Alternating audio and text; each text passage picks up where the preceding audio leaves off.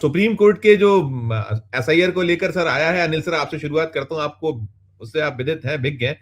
कुछ आंकड़े मैं पहले सोचता हूं दिखाए जाए, मेरे पास हैं कुछ आंकड़े हैं जो जाना चाहिए, जो टिप्पणियां हैं। देखिए ये है सुप्रीम कोर्ट की ओर से जो कहीं टिप्पणियां हुई हैं, उन टिप्पणियों में ये एक तो मैं इसको और क्लियर करता हूं, शायद क्लियर नहीं है ये, इसमें मेरे पास है, मैं इसको आपको जरूर, मेरे दर्शकों को कुछ चीजें नहीं दिख पा रही स्क्रीन पे, शायद थोड़ा सा कुछ तकलीफ है। तो एक तो यही है वो कि वोटर लिस्ट से नाम हटाने में नियमों का पालन किया गया, लोगों को नोटिस देने व अपनी बात रखने का मौका भी मिला, ये कह रहा है सुप्रीम कोर्ट, ये जो आया है सामने। दूसरा फिर उसमें ये भी है कि ऐसी एसआईआर को अल्ट्रा वायर्स यानी कि कानून के दायरे से बाहर नहीं माना जा सकता, किसी प्रक्रिया को इसलिए अवैध नहीं कहा जा सकता क्योंकि ये सामान्य वोटर लिस्ट संशोधन से अलग है।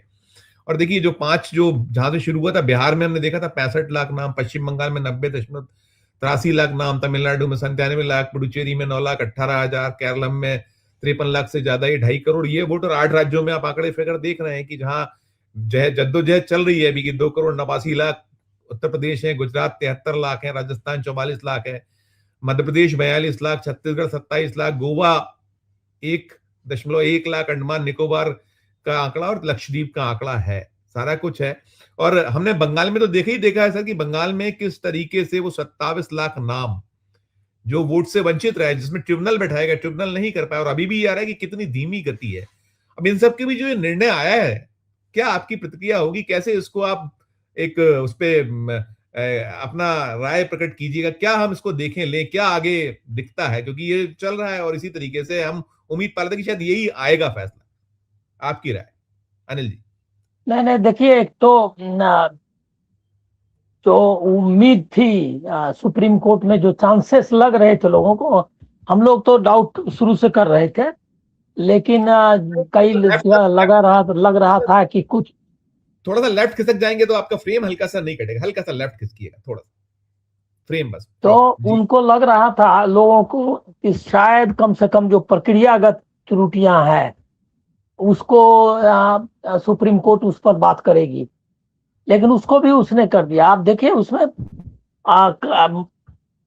पहले तो उसने कहा कि उसको ये अधिकार है, जैसे रिवीजन वो करते थे वैसे वो स्पेशल रिवीजन कर रहे हैं और वो ये उनके अधिकार क्षेत्र के अंतर्गत है। तो एक तो है क्या कि जो 324 का जो इंटरप्रिटेशन है वो उनके पक्ष में कर दिया, जो जिस पर कि लोग कह रहे थे कि उसका काम ये नहीं है कि लोगों का सिटीजनशिप चेक करना। तो उसने उसको दे दिया, वो उसने उसको भी आगे बढ़ के बता दिया कि सिटीजनशिप पूरी जांच करना उसका काम नहीं है, लेकिन उनको एक रोल है, एक हद तक वो नागरिकता का ये कर सकती है, मतलब जांच कर सकती है। ये बहुत डेंजरस ये हुआ कि अब वो काम जो जो वो कर रहा था, मतलब ये जो इस सरकार की लाइन है और जो काम उसने चुनाव आयोग से करवाना चाहा, उसको सुप्रीम कोर्ट ने हरी झंडी दे दी कि उसमें कोई गड़बड़ी नहीं। ये एक बहुत मतलब बहुत ही डेंजरस और आगे चल करके है। और उसने कहा कि जिन लोगों का नाम उनको डाउटफुल लग रहा है सिटीजनशिप का, उसकी लिस्ट वो सुप्रीम होम मिनिस्ट्री को दे दें। इसका मतलब कि जो होम मिनिस्ट्री का कुछ हिस्सा जो काम का है उसने चुनाव आयोग को दे दिया, वही काम वो करवा रहा था, होम मिनिस्ट्री। तो होम मिनिस्ट्री और चुनाव आयोग एक दूसरे से मिलकर काम करना है। ये बेसिकली जो है संविधान के खिलाफ था और उसने उसको कर दिया। दूसरा है क्या कि कॉकरोच जनता पार्टी के अभियान के बाद, मतलब आने के बाद, लगा था कि शायद कुछ दबाव आएगा। इसका मतलब ये है, पॉलिटिकली मैं इसका मीनिंग ये निकालूंगा कि कॉकरोच जनता पार्टी या किसी भी विपक्ष का या कोई भी जो दबाव है उससे सुप्रीम कोर्ट को पर कोई असर नहीं होता है, और वो जैसे चलना है वैसे ही चलना है उसको। और संविधान का भी दबाव नहीं है, क्योंकि ये,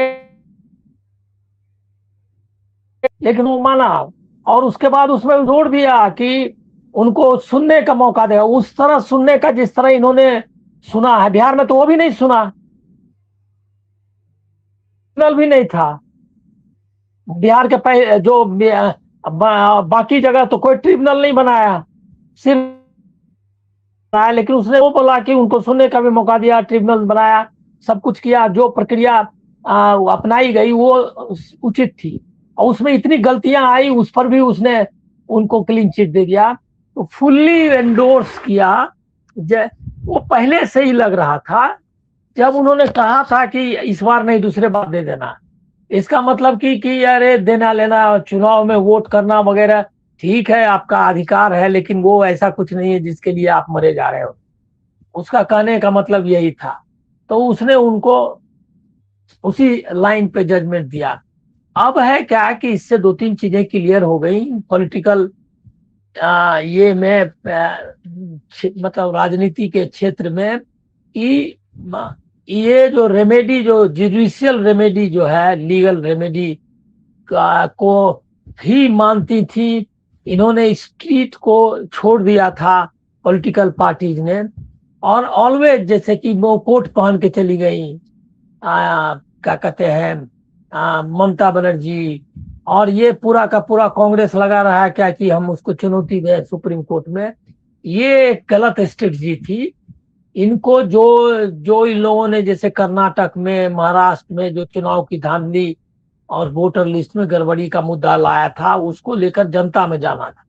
और मैं मानूंगा पहला कल्प्रिट इसका, जिन लोगों ने यहाँ मार्करबाड़ी में लोगों का मॉक पोल रोक दिया, वो फर्स्ट सेबोटाज था।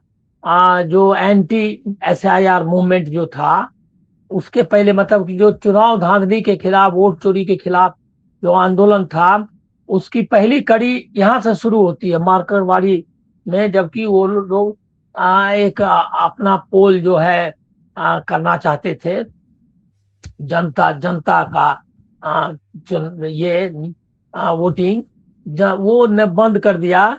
वो हमको लग रहा है कि पहला सेटबैक था इस मूवमेंट को, और उसके बाद सेटबैक पर सेटबैक लगते गए लगातार, और इंडिया गठबंधन एकजुट नहीं हो पाई। सुप्रीम कोर्ट से कोई उम्मीद करना तो बेवजह थी। कोई ऐसा अभी तक 2014 के बाद से कोई ऐसा जजमेंट नहीं आया है जिसके बारे में आपको लगे कि वो इस गवर्नमेंट को चुनौती देने वाला कोई आया हो। कभी कभार कोई एकाध जजमेंट जैसे इलेक्टोरल बॉन्ड का है, उसमें भी ऐसा है कि पैसा ले लिया, गलत मनी ले लिया, लेकिन वो गलत मनी का इस्तेमाल जो है वो कर रहा है, उस पर कोई उसको नहीं। वो जो कि देखिए, स्टार्टिंग पॉइंट हमको लग रहा है कि राम मंदिर का जजमेंट जो है वो ऐतिहासिक फैसला है कि मस्जिद गिराई गई, अपराध था बताया, लेकिन कौन अपराधी है और उसको सजा नहीं देनी है। जिन लोगों ने मस्जिद गिराई उन्हीं को कहा कि आप मंदिर बना लो इस जगह पर, और उसको मंदिर बनाने के लिए सौंप दिया। उसका जो मांगा नहीं था कि मंदिर बनाने का, डिस्प्यूट था लैंड का, लेकिन उसको मंदिर बनाने तक का इजाजत दे दिया, मतलब ऑर्डर कर दिया, और उसमें गवर्नमेंट को कहा कि आप उसको ओवरसी करिए। यहीं से संविधान के स्खलन की शुरुआत हुई, और वो जारी है। अब है क्या कि संविधान को बचाना, और ये पॉलिटिकल काम है, ये लीगल बैटल नहीं है। इसमें गांधी जी से सीखना चाहिए। गांधी जी कभी कोई एप्लीकेशन देते थे लेकिन स्ट्रीट पर फैसला करते, वो जो है वहां नहीं करते थे, लोगों से के बीच में जाते थे। अगर शॉर्टकट करना चाहे, अब तो क्लियर हो गया कि अब SIR में कोई उम्मीद नहीं है सुप्रीम कोर्ट से। ये अच्छा हुआ कि और लिंगर नहीं किया। अब जो होना है वो आपको स्ट्रीट पर होना है। अब सुप्रीम कोर्ट का दरवाजा आपका ऑलरेडी बंद हो गया है। चुनाव आयोग सही कर रहा है, ये बोल चुका है, कहीं आप कोई अर्जी नहीं लगा सकते। अब इस चुनाव आयोग के तहत आप अगर काम करना चाहते हैं, अब वो लोग कहेंगे क्या कि वो जो नियुक्ति का मामला लेकर के, वो सब नॉनसेंस है। नियुक्ति में क्या होना है? अगर ये चीफ जस्टिस अगर उसमें मेंबर भी बन जाते हैं तो इससे क्या फर्क पड़ने वाला है? उस नियुक्ति में कौन सा न्यायपूर्ण हो जाएगा, बल्कि और एक लेजिटिमेसी आ जाएगी। वो तो चेंज भी कर सकते हैं कि ठीक है भाई रख लो, चीफ जस्टिस को। अब ये मतलब मौजूदा निजाम को आप नियंत्रित नहीं कर सकते लीगल तरीके से, ये सुप्रीम कोर्ट ने बता दिया है। अब आगे आपको क्या करना है आप अपना देखिए।